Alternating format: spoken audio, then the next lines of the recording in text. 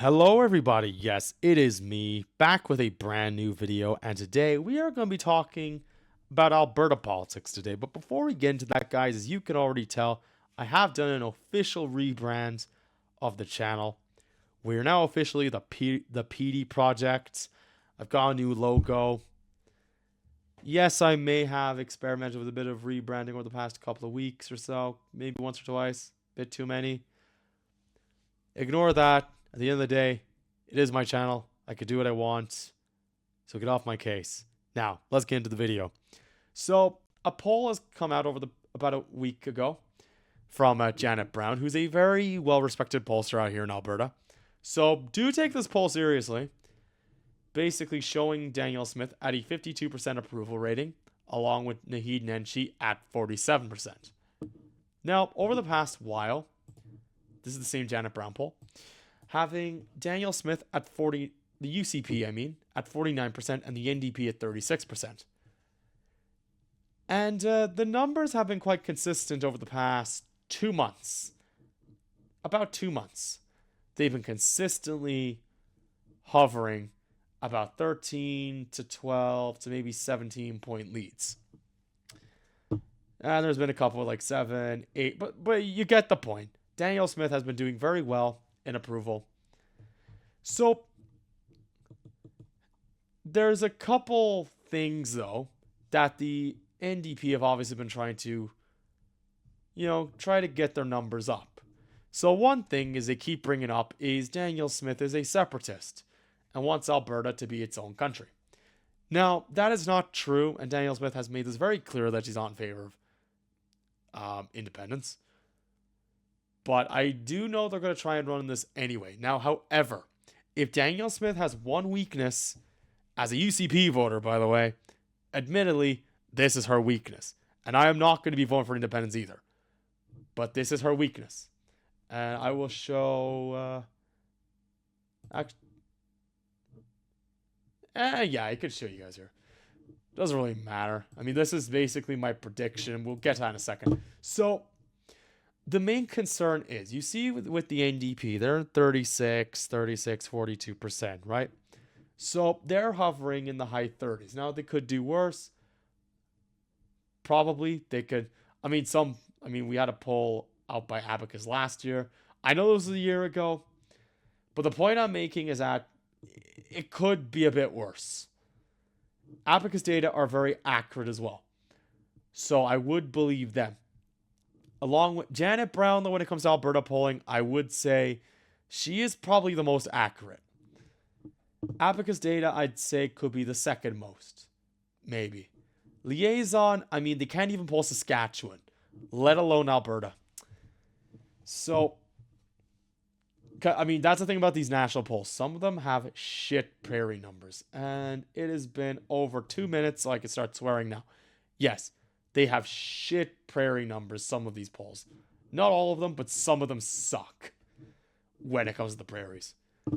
So, basically, worst case scenario in regards to the independence referendum, one of two things will happen. Either A, Smith will hold her base, and she's been doing very well at this, by the way, especially where we're at now. This has been holding very well. Now, where it could get worse is at this rate, we're probably getting a referendum at the end of this year, unless anything changes. But, the signatures are being collected.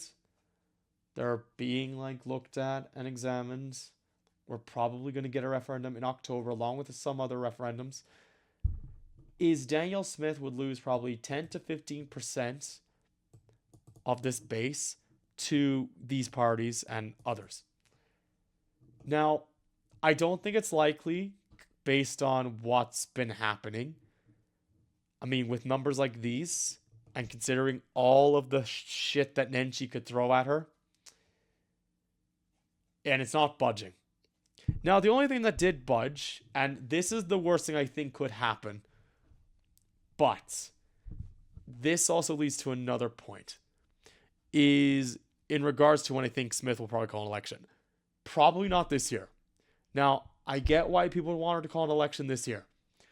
But when you look at the way things are, and especially if she calls it this year, because here's the thing, we have redistricting, and the NDP is already throwing out the gerrymandering allegation. Because, to put it briefly, we're supposed to get from 87 seats to 89. Each of those seats are supposed to go to Edmonton and Calgary, because that's 2 seats, yeah? Now, Danielle Smith has been wanting to add 2 more seats to represent more rural voters. So that means we'll be getting 4 new seats, and that has been passed in the legislature about a week ago. And also, I think the chair of one of the boundary commissions have already approved this. So meaning we are probably going to be getting it at some point over the next few weeks. However, Naheed Nenshi is taking US-style talking points up here to Alberta and, trying to accuse her of gerrymandering. Because that's what the NDP and the Liberals do in this country, is bring American-style talking points to our debates. Yet they try to accuse Conservatives of doing such. And they will, of course. And they still will, by the way, despite this. Now, here's the thing. I just wanted to add that in there, and we will get to see totals in about a couple minutes. But I just want to briefly go over why I think Smith probably should not call an election this year. So, along with the redistricting and the referendums, she is a bit too much on her plate and a bit too much to get done to call an election. I mean, the numbers are encouraging. And I mean, I think maybe try and call a quick election and get it done with. But at the same time, I can understand why she's not calling it, because it will be politicized. I mean, this is what the teacher strike did, okay? If you live in Alberta and you remember the teacher strike, now I'm not saying it's going to be this tight. It will not be. However, the point I'm making is it will be kind of pointless. Because if she's to call an election, it would be to try and gain seats. I don't think she'd be gaining much if the election gets a bit too polarized.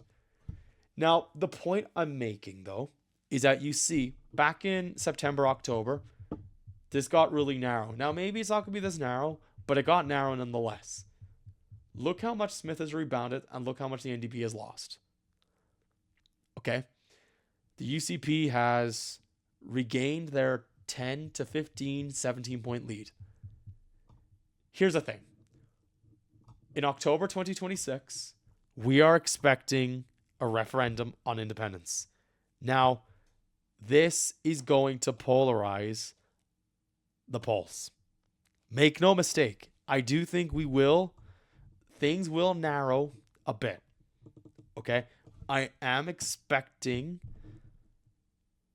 like this line to go back down a bit, narrow, maybe not as badly, because Smith is she's controlling the narrative well enough. Okay? She's got control of the narrative. Okay? She got control of it. But it's still a storm she's going to have to weather. Because the NDP are going to enthuse their base, because independence is not popular. Now, she probably won't even lose in any poll. But over the past few months since the teacher strike, she's regained her lead. And I think the same thing is going to happen. Now, when you consider this date, October 2027, this will be a year after the referendum. And let's be honest, we're all going to forget about this. I mean, I'll vote against the referendum personally. I will not vote for independence, but I'll vote for every other one. Get to the numbers now. So, now to the numbers. Yes, I had to cut out that part. You don't have to worry about it. Anyways, so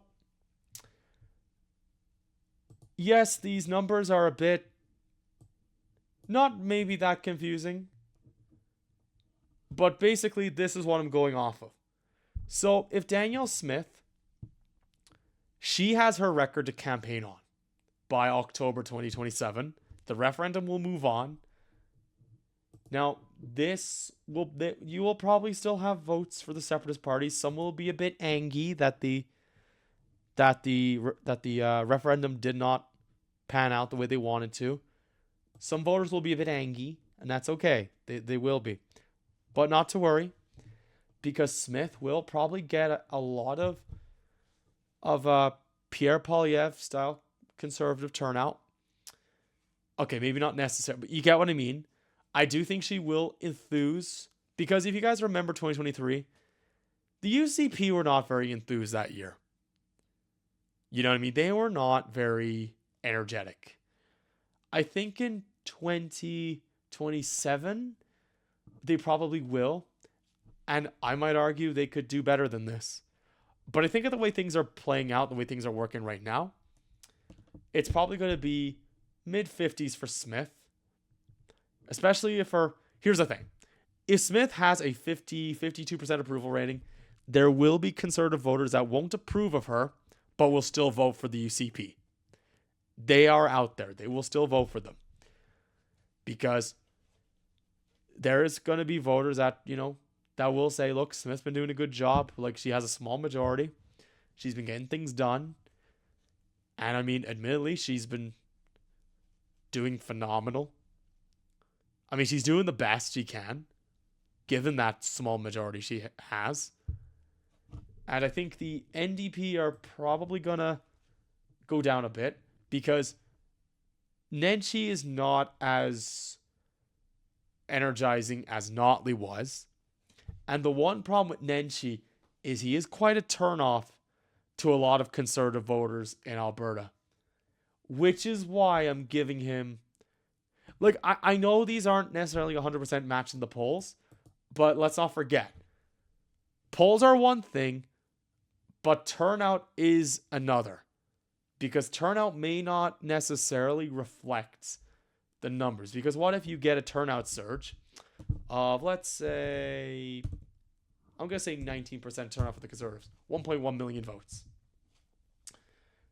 Smith could get 56 and 56.7, 32.7 the NDP. Now, I don't think that's likely, at least as for now. I think this is the most likely you're going to see. Like, it's not going to be the most polarizing election. I think we're going to be surprised. I mean, look at the teacher strike, okay? We don't even remember that. Voters forgot about it. I think the referendum will be the same thing. That will pass too. Now we'll get to the fun part, the seat count. So, the UCP has 64 seats to the NDP's 23. Now, as you can see, the total is 87. So, to factor in, I'm going to do this evenly. So, the UCP is going to get 66 seats and the NDP is getting 25. This could change, but in this moment of time, that's what I think is probably going to happen. 66 to 25 seats. And that would still be a majority larger than Jason Kenney's. I'm going to be honest with you. I would like to see Smith get a bigger majority. Because honestly, Jason Kenney, he promised so much in 2019. Honestly, it infuriates me that Jason Kenney had probably, he had such a majority. And he did. Can you guys name me any major policy achievements that Smith has managed to make? Okay, look at all that Smith has done, right? Look what she's done on education. Look what she's done on, protected women and girls in women and girls sports. Jason Kenney wouldn't do that. I know he's trying to weirdly reinvent himself at the moment on Twitter. It's actually weird, but yeah. Honestly, this is what Smith is doing with her small majority right now. Think of what she could be getting. And also, by the way, look at this map. Let's go down to Calgary. Look at all the NDP seats that would flip. Yeah? Look at all of that. And the only seat outside of Edmonton, Calgary, that is NDP, will also flip to the UCP. So, yeah. Smith will, if she plays her cards right and calls the election at the right time. So, my point is basically this. I know there's a rumor going around for Smith to call an election this year. Now, based on what's going on right now with the redistricting and the referendums, Smith has a bit too much on her plate to call an election this year. And honestly, I think she probably shouldn't call one this year based on this alone. I know I've been saying it, but I'm going back on it. I'm going back on that, honestly, the more I think about it. Smith probably, I mean, I get why. I get the reason. I get the opportunity. I do. She has the good opportunity to call an election and get a big majority. But there's a bit too much I think she has on her plate. And honestly, I do think this will hold by October 2027. Because anything they could try to polarize. Here's the thing. Every April or May, they would be trying wildfires. Yeah. So here's the thing. If the referendums are all to happen October 2026, Smith should probably call it October 2027 for the election. Because look at the teacher strike. That happened last September, October. It's all forgotten about now. Smith should probably use that same mindset with this. Because if we have a referendum this October, okay, because this is going to dip her numbers, okay? Her numbers are going to dip a bit. As a UCP voter, I can admit that is going to happen. Yeah, that's been it from me. So, yeah, that's been it from me, guys. See you in the next one. Bye now.